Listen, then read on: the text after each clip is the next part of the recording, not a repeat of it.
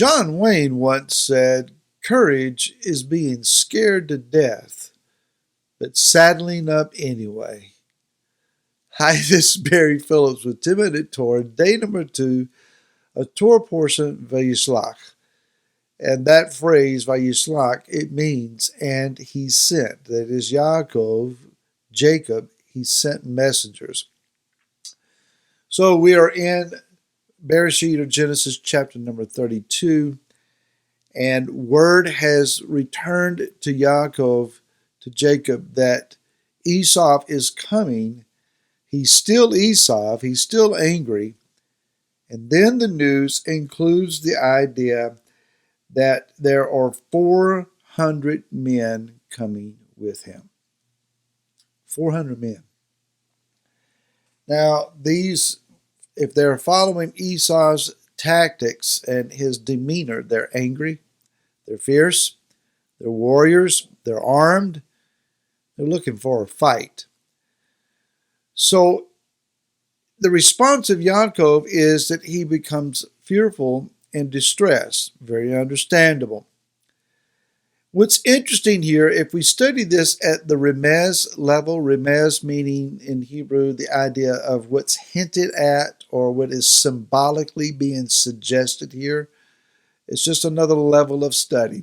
The Pashat, the very literal reading of the word, gives us this emotional, upsetting night, these hours where Yaakov goes through a gamut of emotions and fears and wrestlings and spiritual warfare, getting ready to meet his nemesis in the morning.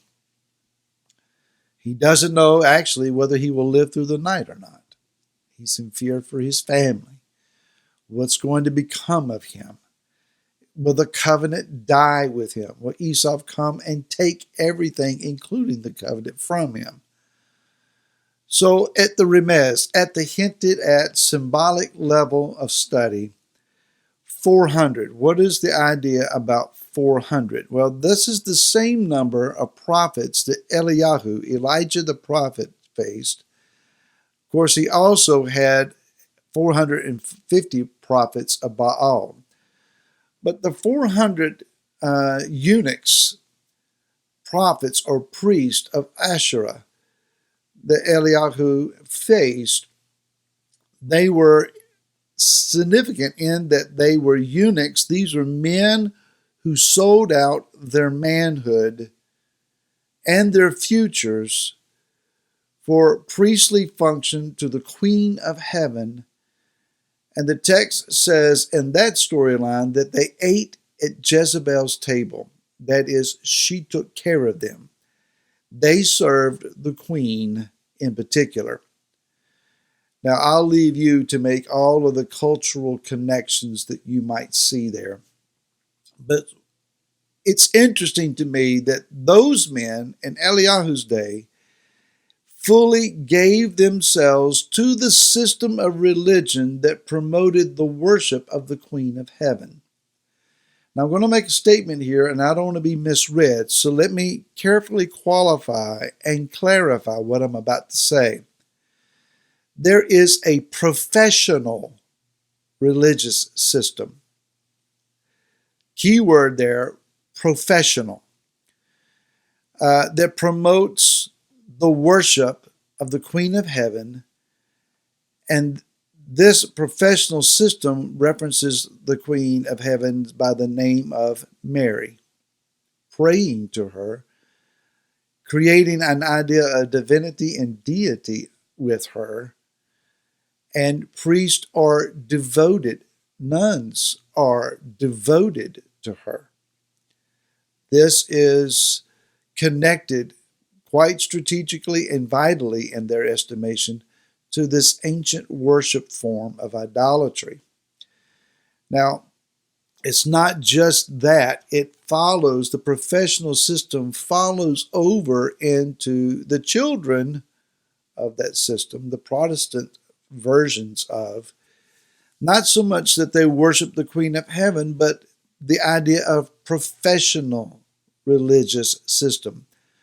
In and amongst all of that are born-again believers who are wholly devoted to Yah, who give their lives to Him, who serve Yeshua with all of their being, whether they know the name Yeshua or not. They are faithful, they worship, they give, they obey the Torah, whether they understand it's Torah commands that they're doing or not. I've said it many times before, that sometimes there are people who do more of the Torah's commands by accident. That is, not really recognizing that they're obeying commands from the quote-unquote Old Testament. They're just doing, quote-unquote, what's right, doing the right thing. That all being said, then, I'm not talking about the people, I'm talking about the system. And in and among the system, there are leaders who serve the system. They're just, it's the good old boy network in some levels. It's just the way we do things. We got to think for the good of the church. Ever how they want to phrase it, case it, define it. It's the system. We don't worship a system. We worship the Creator. We worship the Messiah, His Son, that He has revealed Himself to us through. So let's also then consider that the number 400 in Hebrew, in the alphabet of Hebrew, it equals the letter Tav. Historically, the letter Tav has either been formed as an X or a T. And in medieval ages, it was this T emblazed in red upon the shields and armor of soldiers who went in and thought that it was their God-given duty to slaughter the Jews and to rule over Jerusalem, a city that Yah did not give to them, but gave to Israel in particular. So when faced with this dilemma, Yaakov does a very wise thing. He prays. We're talking about not only physical warfare, we're talking about spiritual warfare now. And when the dilemma is heavy, when the cause is great, when the opposition is overwhelming, threatening, even to the point of death, we need to do what Yaakov did. Pray. And I want to share with you, just in closing here, the things that he prayed for. He starts off in verse number 9. O Elohim of my father Abraham, Elohim of my father Yitzhak, Yahweh who said to me, return to your land and to your relatives, and I do good to you. He says, I do not deserve your blessings. I know who I am. Point 1, he prayed with confession. I recognize my weakness, my inability, my lack, and understand that I have no merit on my own to deserve any of this. Similar to what the prophet Daniel prayed. Not because we are worthy, not because we're righteous, but because of your great compassions, we make our supplications known to you. Then he goes on and he requests for intervention. He says, I need your help. Not because I'm worthy of your help, but I'm desperate. I need you. I need you to intervene in this situation. I cannot fix this. One of the greatest points of prayer is to realize that though we have tried, we in and of ourselves, we're not the answer. It's His intervention that enables us to act in such a way as to bring resolve.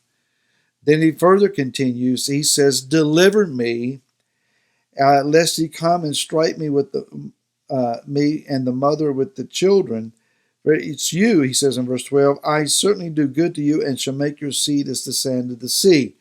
Covenant, Father. It's the covenant. It's not me. It's not the people. It's the covenant. And I'm asking you, O Yah, to rise up and determine the legitimacy, the future, the quality, the need of the covenant to be fulfilled.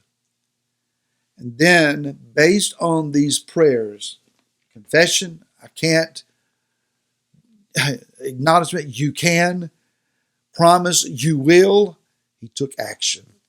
He took whatever had in his hand and began to work out a strategy.